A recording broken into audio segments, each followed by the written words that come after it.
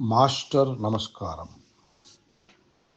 1918లో master గారు December కాలునందు కొన్ని వివరణలు ఇచ్చి ఉన్నారు.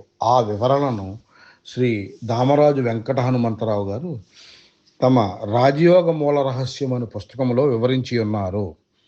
ఆ వివరణలోని 7వ పేజీలో కొంత భాగాన్ని, 8వ పేజీలో కొంత భాగాన్ని ఇప్పుడు నేను చదువుచున్నాను.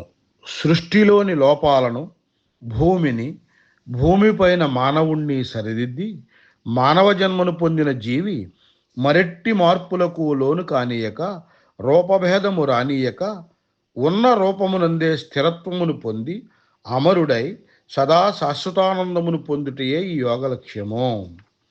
అట్టి స్థాయికి మానవుడు చేరుకొనినంతనే మాస్టారు తిరిగి తన స్థూలదేహముతో సశిష్య సపరివారముగా మన మధ్యకు వచ్చుటకు ముందుగా మాస్టారు సెలవిచ్చిన 2006 సాధకులు ఒకచోట కలిసి కోర్సు ప్రారంభింతురు.